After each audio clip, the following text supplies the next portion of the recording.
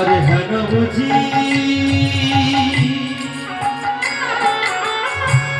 कादे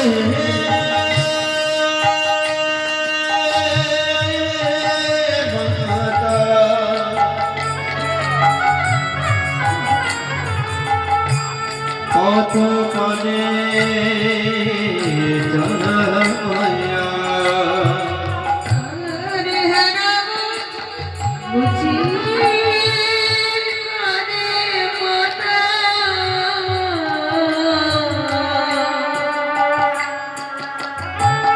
কত করে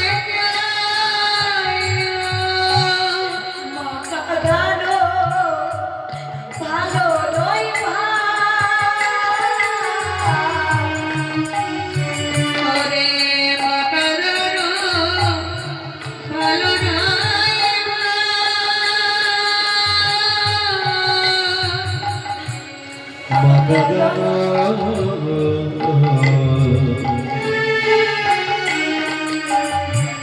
ভালো নয় মাথা দিলে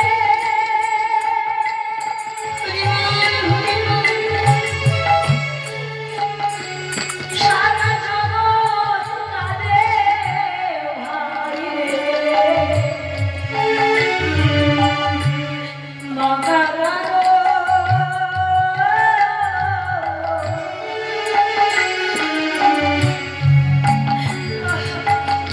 ভালো নয় রে ওরে মাকানে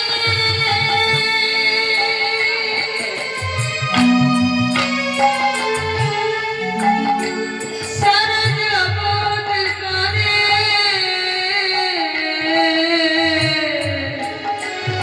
ভাই রে মাকানো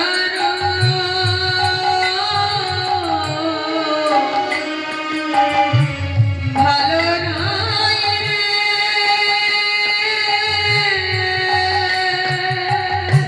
ভগবান বলছে মাকে কেউ কাঁদিও না,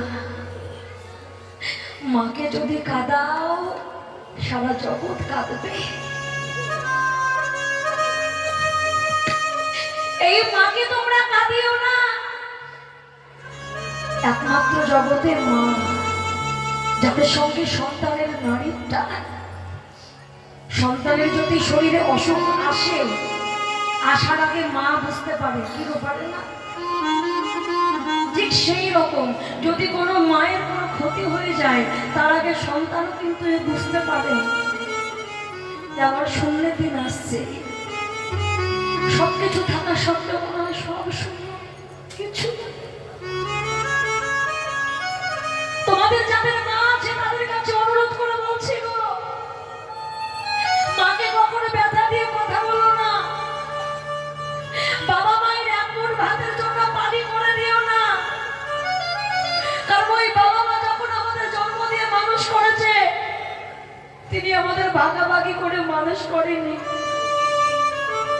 একটা কলসির দুধ 7টা কলসিকে ভরে দেয় রে মা, কিন্তু 7টা কলসি তো একটা কলসিকে ভরতে পারে না। আমরা আমাদের সন্তানের কথা ভাবি, তার কিভাবে উজ্জ্বল ভবিষ্যৎ হবে। আমার বাপ মাও তো আমার কথা ভেবেছে নাকি? প্রত্যেকটা সন্তান যদি সামনের দিকে যতটা তাকাচ্ছি, অবশ্যই তাকাবে, তুমি জন্ম দিয়েছো, তোমার কর্তব্য আছে। সামনের দিকে 10 ভাবলে পেছন দিকে অন্তত 5 ভাবো। ওই দুটো মানুষও পৃথিবীতে আমাকে নিয়ে এসেছে যেমন ভাবে আমি আমার সন্তানকে এনেছি।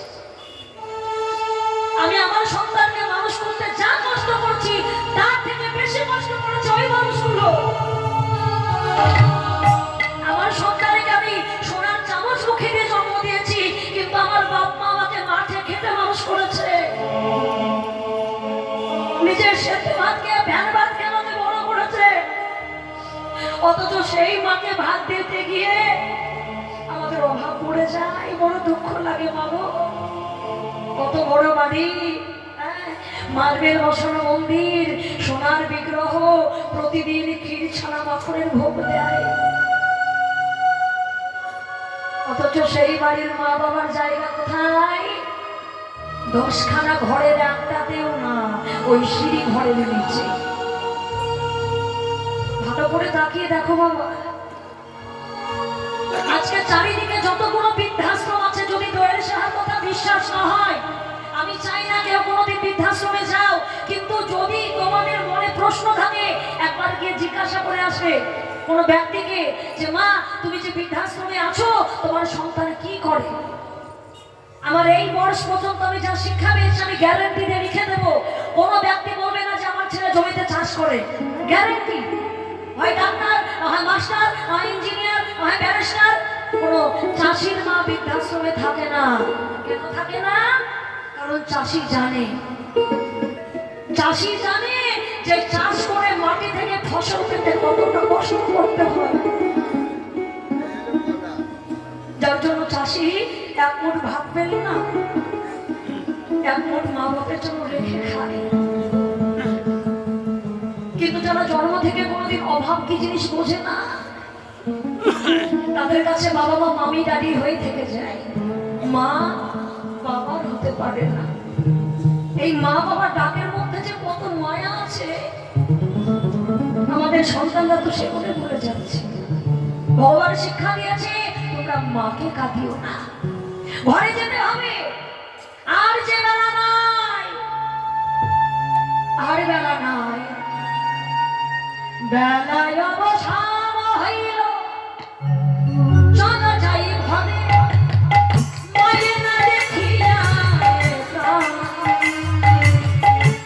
কেমন যেন মরে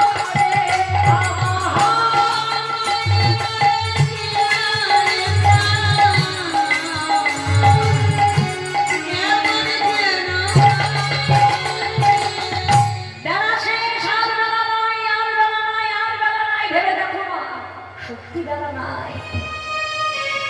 দেখতে দেখতে বেলা কোথায় চলে গেল।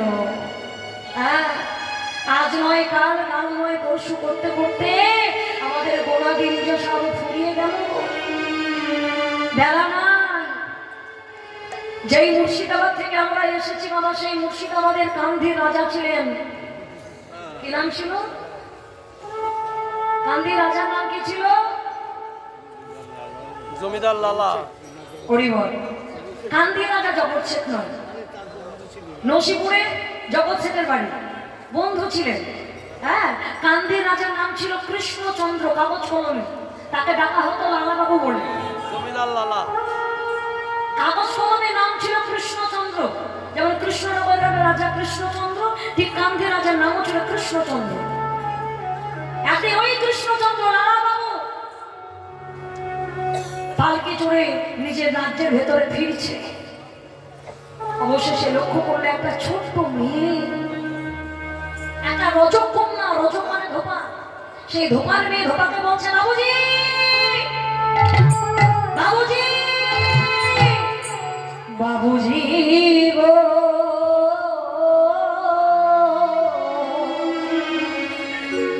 না বেলা না, বাবুজি গো, না বেলা না, বেলা গেল, সন্ধ্যা হইল,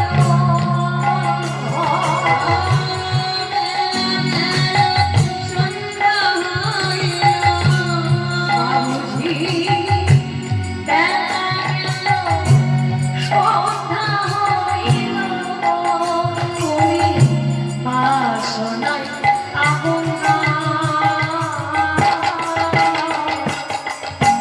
না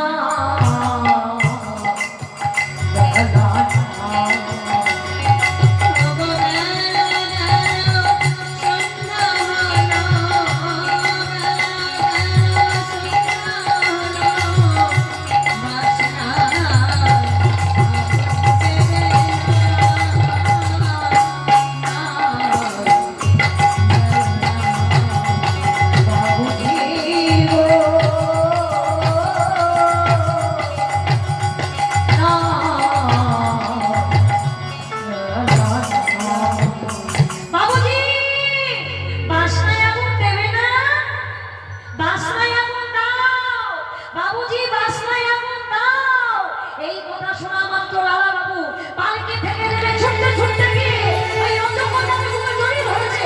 এই মা তুই কি বলি? আমায় বল না তুই কি বলি? রাজামশাই, আমি আপনাকে কিছু বলিনি। ভয় পেয়ে গেছে তো, রাজা এসে আমাকে ধরেছে, ভয় পেয়ে গেছে। মা তুই ভয় পাস না, তুই কি বললি তোর বাবুজিকে বল। আমি বললাম বাবুজি বাসনায় এখন না। হ্যাঁ ঠিক বলেছিস না, আমি আমার বাসনায় আগুন দেবো বল, আমি আমার বাসনায় আগুন দেবো। যত দিন যায় তত যে আমার বিষয় বাসনা বাড়তে থাকে রে মা। আমার জীবনে তুই হলি প্রথম গুরু, তুই আমায় বুঝিয়ে দিয়েছিস বাসনায় আগুন দিতে হয়। ও বাবা, রজকন্যাকে এই কথাটা বলেছিল, কি বলেছিল বাবুজি? বাসনায় আগুন দাও। বাসনা মানে কি? ওই কলার পাতা পুড়িয়ে খার তৈরি করে জামা কাপড় পরিষ্কার করা হতো, তো কলার পাতা দিয়ে যেটা তৈরি করা হতো ওটাকে বলতো বাসনা। কথাই বলে যার যেমন ভাব তার তেমন লাভ। কৃষ্ণচন্দ্রের কানে এলো বাসনায় আগুন দাও, ঘর সংসার রাজপ্রসাদ রাজমুকুট পরিত্যাগ করে তিনি চললেন ব্রজধাম। একজন ভিখারি হয়ে পথে পথে ভিক্ষা করে বেড়ায়। জানো মা, শাস্ত্র প্রমাণ স্বয়ং ভগবান পুরোহিতের বেশ ধরে নিজের হাতে নিজের প্রসাদ ওই কৃষ্ণচন্দ্রকে সেবা করিয়েছে। তাহলে বাবা, আমার যদি সেই বাসনায় আমি জর্জরিত থাকি, আর আমি হরি কথা কৃষ্ণ কথা বলে কি করলাম? কথা বলে তো সেই বাসনায় জমাচ্ছি, কীর্তনে গিয়ে পয়সা রোজগার করছি, ব্যাংক ব্যালেন্স বাড়াচ্ছি, গাড়ি বাড়ি তৈরি করছি, কিন্তু সেই অর্থ তো কখনো পরমার্থের কাজে লাগাচ্ছি না। অর্থ, এই অর্থ যদি আমরা পরমার্থের কাজে না লাগাই, এই অর্থ একদিন আমাদের জীবনে অনর্থ ঘটিয়ে ছাড়বে ছাড়বে। অর্থই জীবনে অনর্থের মূল। অর্থ ছাড়া যেমন কিচ্ছু হয় না, আবার অর্থ থাকলেও সব হয় না। আর বেলা নয়, দেরি হয়ে গেল, চল ঘরে যেতে হবে। পদকর্তা দর্শন করে বলবেন আর দেরি নয়, চলো যেতে হবে, ঘরে যাই। দয়াময়, তুমি যে ধেনুর মালিকে জড়ো করতে বলছো, তোমার সকাল কি জড়ো করবে না, তোমাকেই করতে হবে। শ্রীরাম বলে ওরে কানাই, আর তুই দেরি করিস না ভাই, ওই ধেনুর পালকে জড়ো করবার জন্য তুই একবার চাঁদ মুখে বেরু দিয়ে বাজা। চাঁদ মুখে ভেরু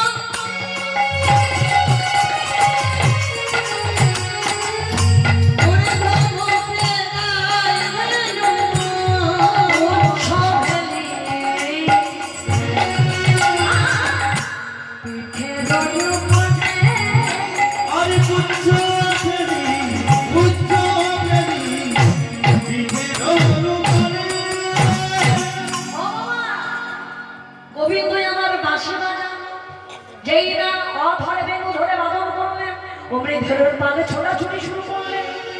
সমস্ত ধেনু ছোটাছুটি করছে বটে, কিন্তু ওই কামধেনু ঘাস খেতে খেতে এত ভেতরে চলে গেছে যে আসার সময় আর রাস্তা খুঁজে পাচ্ছে না। বিষয়টা একটু ভালো করে ভাববে, একটু ভজনের কথা তো, আমি সামান্য ওপর দিয়ে বলে যাই, বেশি ভেতরে যাওয়া যাবে না। যে যখন ওই ধেনু যখন সে ঘাস খেতে খেতে খেতে খেতে ঢুকে গেল গভীর জঙ্গলে, ঢোকার সময় কিন্তু ঘাস খেতে খেতে খেতে খেতে খেতে খেতে গেছে। তাহলে খেতে খেতে যখন ঘাস খেয়ে যখন চলে গেল, আসার সময় কি ঘাস থাকে? আসার সময় ঘাস নেই। এবার রাস্তার চিনতে পারেন না। হ্যাঁ বাবা, যাওয়ার পথটা যতটা সহজ, আসার পথ ততটাই কঠিন। জগৎ হয়তো তোমাকে যাওয়ার সিদ্ধান্ত অনেকেই দেবে, কিন্তু তোমাকে আসার পথ তো কেউ দেখাতে পারবে। আরে আসার পথ যদি পেতে হয়, তোমাকে গুরু আশ্রয় করে আসার পথটা জেনে নিতে হবে যে কোন পথে আসলে তুমি সঠিক জায়গায় যাবে। যেমন তোমরা সূর্য পূজায় আস্বাদন করলে না, যে কুটিরা বলছে, ও বৌদি আমি পথ খুঁজে পাই না, কোন পথে ঘরে যাব? রাধারানী কি বললেন, ননদি আজ পর্যন্ত কোনোদিন তুমি আমায় পথ জিজ্ঞাসা করোনি, আজ করেছো, তুমি পথ দেখাও। ডানে নয় বামে নয়, পথ ধরো সোজা।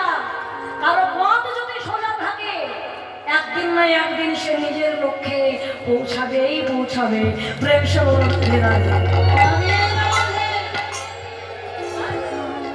তো চাঁদ মুখে বেগম বাজিয়েছে, আর ওই কামধেনু সে করজোড়ে করে বলে, হে গোবিন্দ তুমি আর আগে মারে বাজা, আরে মারে বাজা, পথে খুঁজে পাই না হরি, তুমি আর একবার বাজা। কত বুঝে পাই না আমি মনে পথে চলন পাবো, বলে মনে পথে চলন পাবো, বলে মনে পথে চলন পাবো, আমি কোন পথে চলন পাবো, কোন পথে চলন পাবো,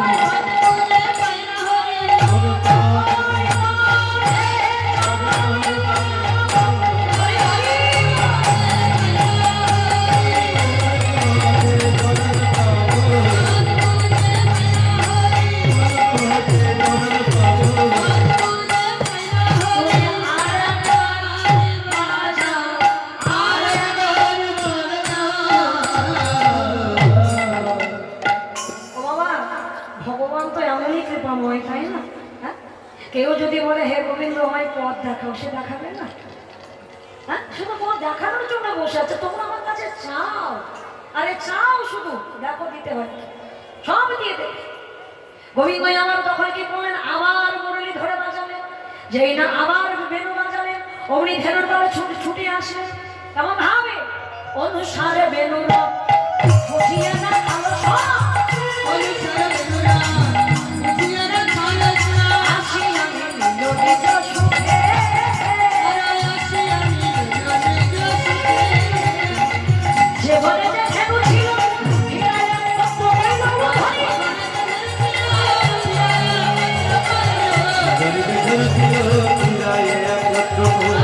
চালাই চালাই লোক চালাই গোকুলের মুখে, আরে চালাই লোক গোকুলের মুখে, এই আগে সবাই এলো, যাবে বলে সবাই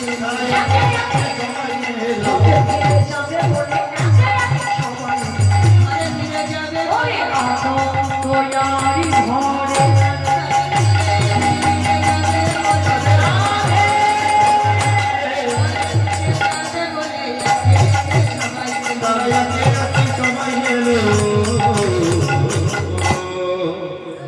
বলছিও থামা,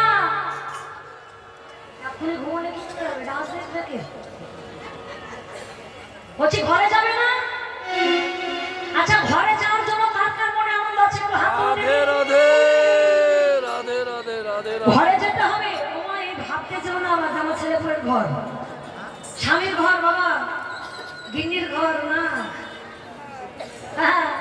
এই ঘরে তো যেতেই হবে। কটা বাজলো? 8:20 বাজে। একটু পরে আবার রুটি ভাজতে হবে, ছেলেটা বাবা রুটি খায়। আমি কিন্তু এই ঘরের কথা বলছি না। এই ঘরে যাওয়ার আনন্দ সবার আছে কি? যতই অশান্তি হোক, ঝগড়া হোক, ঝামেলা হোক, মারামারি কাটাকাটি, তাও মনে হয় বাড়ি যাওয়া ভালো। ওই একটা জায়গা যেতেই হবে। হ্যাঁ, এ বাড়ি তো আমাদের সে বাড়ি নয় বাবা, ওই বাড়ি। ঘরে ফিরতে হবে। আনন্দ করছে সকল ধেনুর পান, কিন্তু ভেবে দেখো বাবা, আমাদের সমস্ত জ্ঞান শক্তি থাকা সত্ত্বেও আমরা নিজের ঘরে যাওয়ার জন্য তৈরি নই। মরে যাবো? এই আমার একটা বড় মা ছিল, 110 না 11 বছর বয়সে মারা গেছে। সত্যি কথা বলছে, এই 2 বছর হলো মারা গেছে, তাই না? 110 বছর বয়স। ওনাকে যদি কেউ বলতো বুড়িমা তুমি কবে করবে বা আমরা একটু আনন্দ করবো, চোখে এত পাওয়ার, মুখে এত পাওয়ার, সব পাওয়ার ঠিক ছিল। তার মানে 110 বছর বয়সও মনে করে আমার এখনো সময় হয়নি। হ্যাঁ, কিন্তু মা সবাইকে তো যেতে হবে রে বাবা, তার জন্য তৈরি থাকতে হবে, আনন্দ করতে হবে, সেই আনন্দ ধামে যাওয়ার জন্য। তাই সকল সঙ্গে আমার এক জায়গায় এসেছে। তবে যাওয়ার দেখা আমার কথা বলি কি বলছে দেখো কিভাবে যাচ্ছে। এখানে অনেক শিক্ষার্থী কিন্তু, হ্যাঁ, শ্বেতে কান্তি অনুপম আগে ধাই বলরা, শ্বেতে কান্তি অনুপম আগে ধাই বলরা, আগে ভাই বলো না, আর শিশু চলে যাইতে পারে,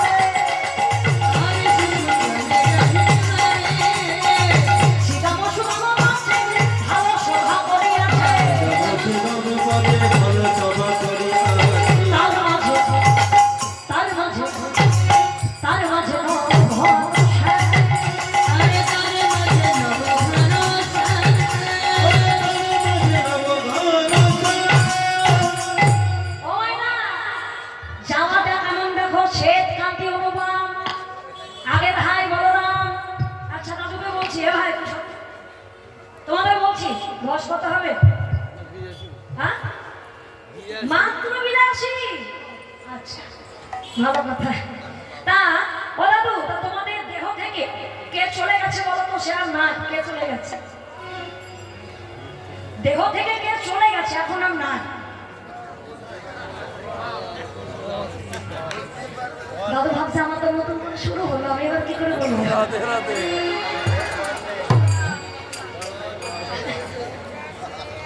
হরিবল হরিবল, কথা বলি বাবা খুব মাধুর্য নিয়ে। হ্যাঁ, আচ্ছা দাদু, তোমার যখন 20 বছর 22 বছর বয়স ছিল, তখন তোমার যে অঙ্গের জৌলুস ছিল, এখন সেটা আছে? তাই কি থাকে? ওইটাই তো কথা, তো ওইটাই বোঝাতে চাচ্ছি কি নাই। আর একটা জিনিস শোনা, একটু পরে বলছি। সব প্রথমে চলে গেছে কি অঙ্গের জৌলুস, শ্বেত কান্তি গেছে তো। তারপরে কি আগে ভাই বলরা, দাদুর আগে যে বলছিল 40 বছরে, এখন হরিবল রাধে রাধে। দেহ থেকে বল চলে গেছে। হ্যাঁ, আর শিশু চলে ডাইনে বামে, চোখের পাওয়ার গেছে, কানে অনেকে ঠিক থাকে, অনেকে একটু একটু যায়। দাঁত যাবে একটা একটা করে, সবাই যখন চলে যাবে সবে শেষে যাবে রব ঘন শ্যাম। সবাই চলে যাওয়ার পরে কান যাবে, চোখ যাবে, দাঁত যাবে, সব যাবে, কিন্তু প্রাণটা যদি থাকে তাও শরীরে দাম থাকবে। কিন্তু মাগো সব শেষে যাবে নব ঘন শ্যাম, আর ইনি যখন বেরিয়ে যাবে তখন এই সাজের দেহ হবে মরা। চুলেই স্নান করতে হবে, আর যত্ন করে কেউ তুলে রাখবে না, আর কখনো আদর করবে না। হ্যাঁ, তাড়াতাড়ি ব্যবস্থা করে দেবে। তাহলে সবাই যখন চলে যাবে এইভাবে গোদাবরী বলছেন দেখো তোমার দেহ থেকে একে একে যেমন সবাই যায়, তেমন আমার গোবিন্দের সখা ভাবে যায়। ঘন বাজে শোনাবেন গগনে গো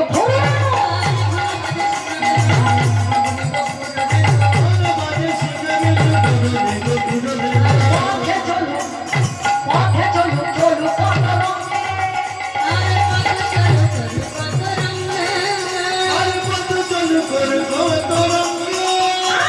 যত বড় ভালো করে দিয়া আমার বড় সফল সঙ্গে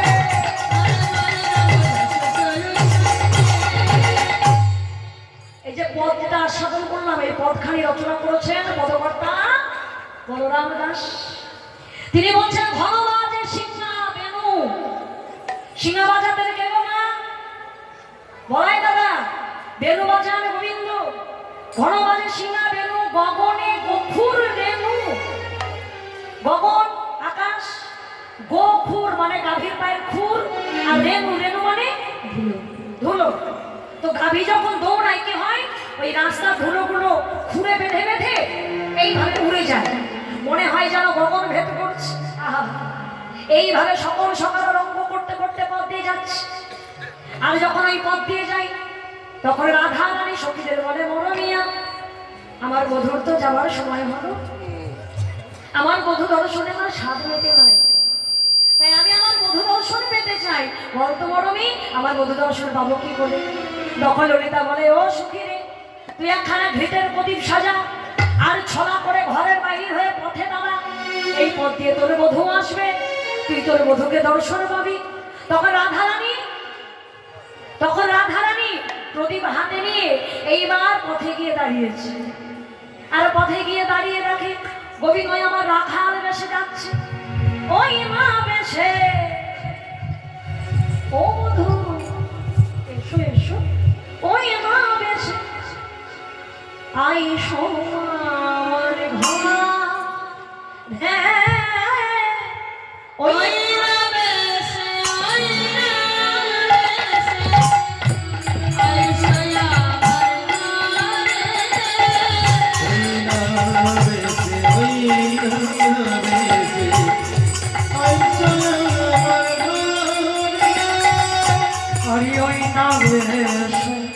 আইসো আমার ঘরে।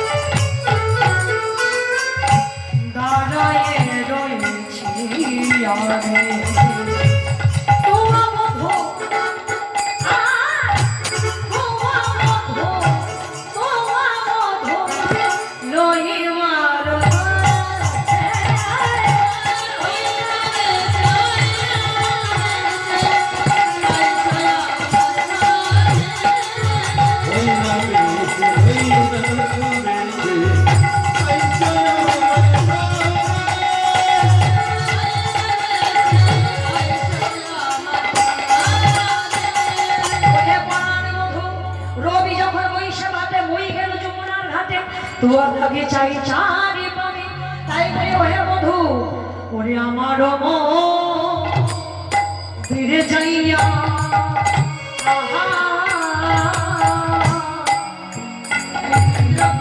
আর পর পুরোটা ভুলো খাইয়া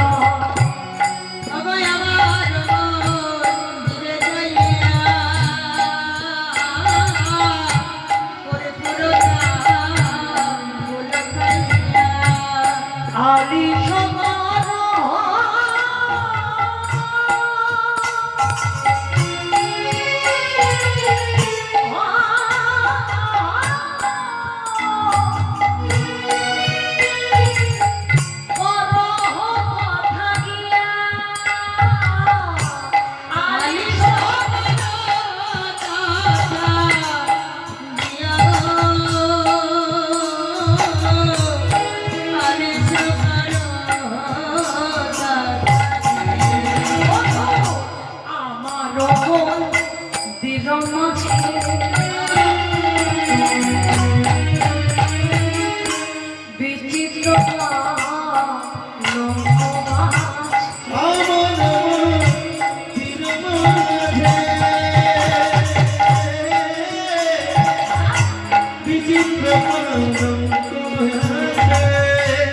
আশেপাশে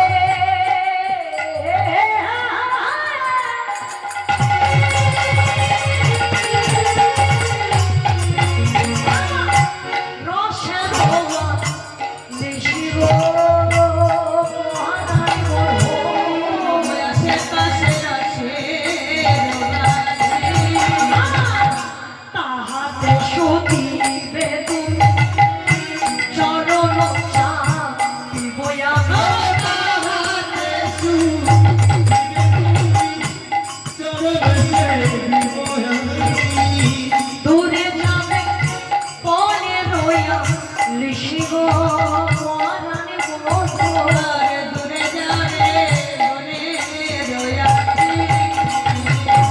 গোবিন্দ বলে ও গরাধে এখন আমি যাই ঘরে মায়ে যে আরতি করে সখা বড় বড় নয়ন ওহে নাসি যদুরা পুরা বনের ছাদ পাশে তুমি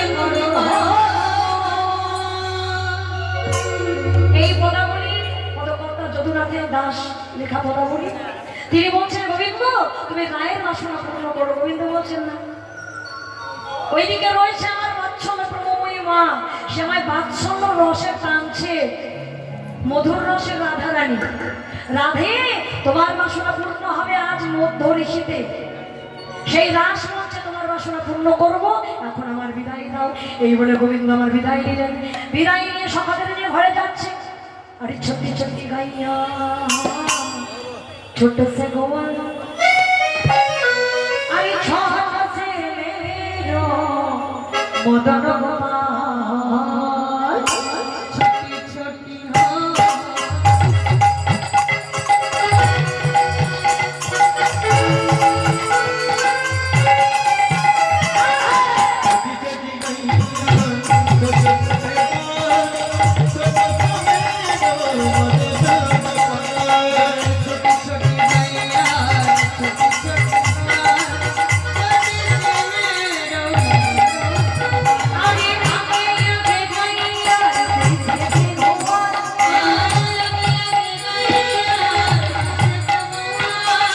আরে আগে আগে গাইয়া পিছে গোপাল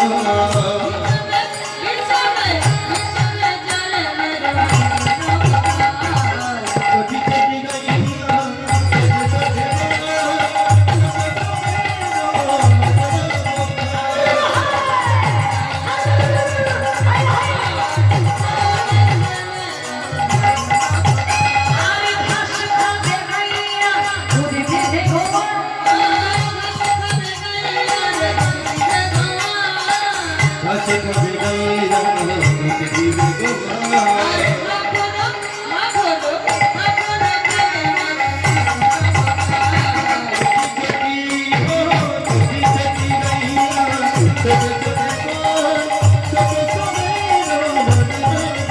আরে ছোট মেরো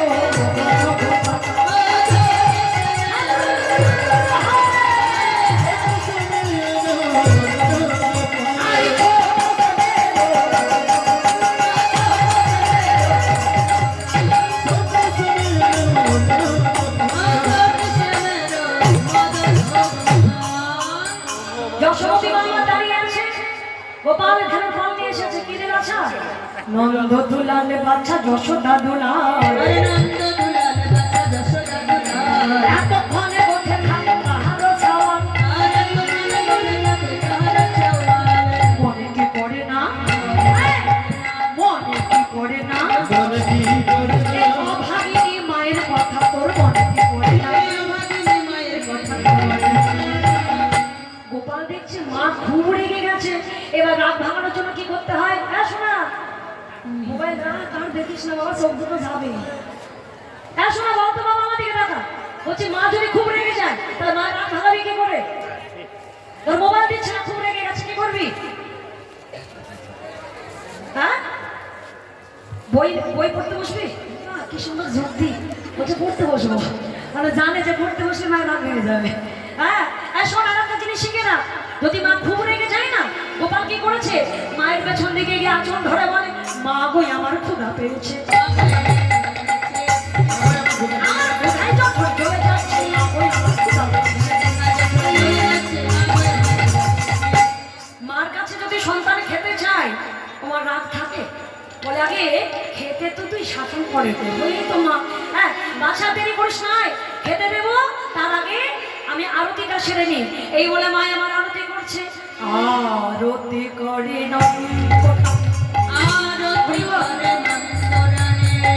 আরতি করে নন্দরানী গোপাল মুখ হেরি রে আরতি করে